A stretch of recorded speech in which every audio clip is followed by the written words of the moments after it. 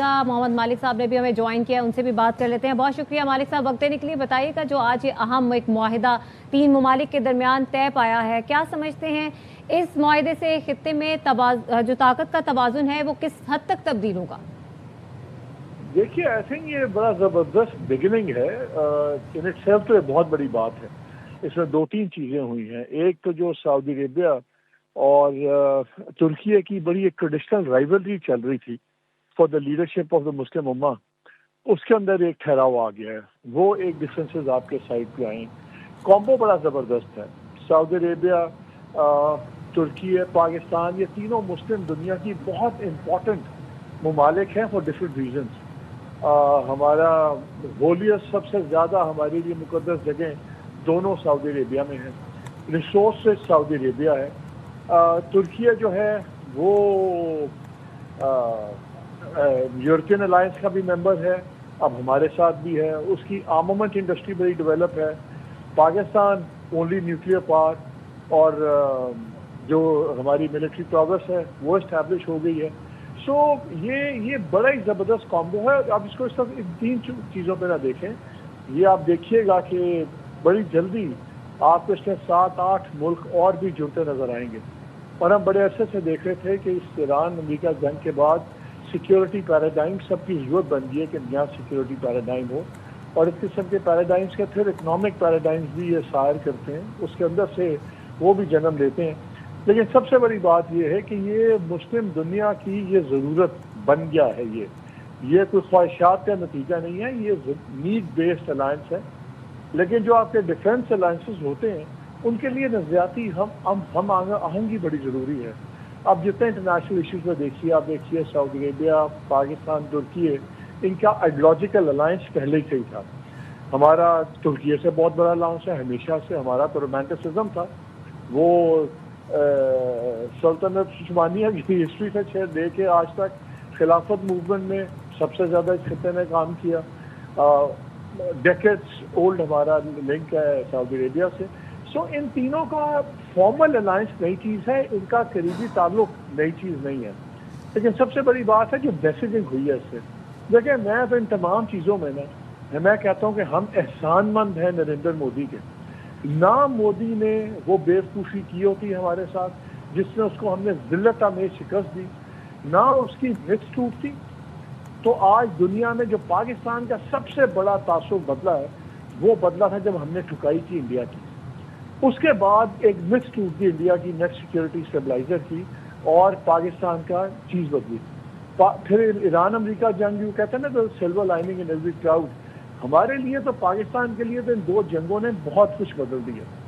जब हमने इंडिया की ठुकाई की और ज़िल्लत में एक तरीके की ठुकाई की, 10 गुना बड़ा मुल्क, 4 आबादी के लिहाज से हमारे से बड़ा, इकॉनमी वाइज उनकी फौज का बजट हमारे टोटल बजट से बड़ा, तो दुनिया ने हमें नए ज़ाविये से देखा। इस वॉर के अंदर भी जो हमारा रोल था और जो हमने फिर चीज़ें की, ये हम तो की डिफरेंट। हम ना तो मिडल ईस्ट के अंदर फिजिकली हैं, ना हम गल्फ के अंदर फिजिकली हैं। लेकिन अब जो ये नया पैटर्न बन रहा है सिक्योरिटी का, इकोनॉमिक, आगे जो आप ये चीज़ देखेंगे, पाकिस्तान एक की प्लेयर बन गया है मिडल ईस्ट की पॉलिटिक्स में। पाकिस्तान एक की प्लेयर बन गया है रीजनल सिक्योरिटी में। इस वक्त उनका सबसे बड़ा रीजनल सिक्योरिटी का इशू क्या है? सबसे बड़ा ममालिक का रीजनल सिक्योरिटी का इशू है। और आप देखिएगा, ये आज की बात नहीं है, ये कुछ हफ्तों की बात नहीं है, इसमें कुछ साल भी लगेंगे। लेकिन आप वो दिन इमेजिन करें कि जब एक म्यूचुअल एग्रीमेंट में अगर ईरान भी आ जाता है, देखें अगर आप कमज़ोर होंगे तो ईरान आपको खा जाएगा। और ईरान पर इनका कॉन्फ्लिक्ट था। जब खुमैनी साहब का रेवोल्यूशन आया तो पहले 5-6 साल ईरान बहुत एग्रेसिव था, बहुत एग्रेसिव इन्होंने अपनी आइडियोलॉजी एक्सपोर्ट करने की कोशिश की, और वहीं से वो आइसोलेट हुआ मुस्लिम दुनिया में। बाकी एक साइड पे हो गए, वो एक साइड पे हो गया। इस जंग के बाद 2 चीज़ें इस्टेब्लिश हो गई कि आपको ईरान को इकोनॉमिकली और स्ट्रेटिजिकली आइसोलेट करके ये खिता नहीं अमन आ सकता। ये जो इस किस्म के एग्रीमेंट्स होते हैं ये आपकी इन चीज़ों को मिनिमाइज करते हैं, मिटिगेट करते हैं। अब आप मुझे बताएं कि कल को अगर आने वाले 1 साल में, 2 साल में, मैं कहता हूँ भले 4 सालों में, अगर ईरान भी इस तरह के एक स्ट्रेटेजिक अलायंस में आ जाता है तो फिर तो सारी मुस्लिम उम्मा का एक ही दुश्मन रह जाता है कॉमन, وہ ہے اسرائیل کا. کتنا بڑا یہ ٹائٹینک شفٹ ہوگا اس خطے کی پوری اپروچ کا. سو یہ بڑا ملٹی ڈائمینشنل ہے. یہ تینوں ممالک اتنا کچھ ٹیبل پہ لا رہے ہیں اس ایگریمنٹ کے تھرو کہ آپ کی اتنی سالڈ بنیاد بن رہی ہے کہ اس پہ ایک بڑی زبردست عمارت تعمیر ہو سکتی ہے. ہم لوگ سنتے تھے کہ اسلامک نیٹو. آپ کو یاد ہے کافی عرصہ پہلے سعودی عربیہ نے ایک اسلامک فورس بنائی تھی. ہمارے فارمر آرمی چیف بھی اس کو ہیڈ کر رہے ہیں. لیکن اٹ ڈڈ ناٹ ہیپن. کچھ بھی نہیں بنا. وہ ایک سینسیبل آئیڈیا رہا بیکاز آئیڈیولوجیکل ڈفرینسز تھے. مسلم دنیا خود یمن پہ ادھر کھڑی ہوئی تھی. ہم خود یمن پہ ہم نے تب سپورٹ کرنے سے انکار کر دیا تھا. آپ کو یاد ہوگا اس زمانے میں. اور کچھ رنجشیں بھی ہوئیں. اب یہ ان وار نے بہت کچھ بدل دیا. سب ہر کسی کو ری انوینٹ کرنا پڑ رہا ہے اپنا. جو مسلم ممالک کے دوسرے ملک ہیں, سعودی عربیہ, قطر, دوسرے, ان کو اپنا رویہ ری انوینٹ کرنا پڑ رہا ہے ویزاوی ایران. اور خود ایران کو اپنا رویہ ٹوٹلی ری انوینٹ کرنا پڑ رہا ہے ویزاوی آل دیز کنٹریز.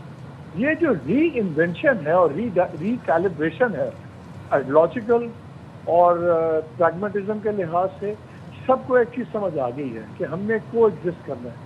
پہلے ایران سمجھتا تھا کہ میں ان کی ٹھکائی کر کے اپنی مرضی مسلط کر سکتا ہوں. دوسرا سمجھتے تھے یار ایران تو ایک اکیلا ملک ہے, ہم اس کی ٹھکائی کر دیں گے, ہمارے ساتھ امریکہ بھی ہوگا, اسرائیل کے ساتھ بھی کچھ نے دائمی معاہدے بھی کر لیے تو ہم اس کی ٹھکائی کر دیں گے. یہ بالکل ہربوز والا سٹینڈ ہو گیا جہاں پہ ایران کو سمجھ آ گئی ہے کہ وہ صرف طاقت کے زور پہ اس کو ہمیشہ بند نہیں رکھ سکتا. امریکہ کو سمجھ آ گئی ہے کہ وہ صرف طاقت کے زور پہ اس کو کھلوا نہیں سکتا. وہ بھی بات چیت کر رہے ہیں. مسلم امہ میں بھی the Sunni world and the Shia world دونوں میں اب ریئلائزیشن ہوگی ہے کہ ہم نے میوچلی کو ایگزسٹ کرنا ہے اور ہماری بقا اسی میں ہے کہ ہم اپنی ورکنگ ریلیشنز بنیں. دیکھیے جب آپ کی سیکیورٹی کانفلکٹ کم ہوتا ہے, میں یہ نہیں کہہ رہا ختم بھی ہو جاتا ہے, اگر وہ بہت کم بھی ہو جاتا ہے تو اکنامک آپ کی چیزیں بڑھتی ہیں. اور وہ افغانیوں کی بڑی فیمس سینگ ہے نا کہ آپ جس کے ساتھ کاروبار کرتے ہیں آپ اس سے لڑتے نہیں ہیں.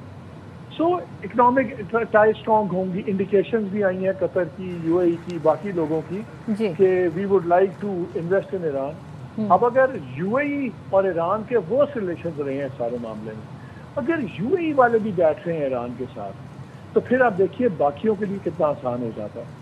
قطر والے انٹرسٹڈ ہیں اور میرا خیال ہے کہ یہ پورا پیراڈائم چینج ہو رہا ہے اب انشاءاللہ.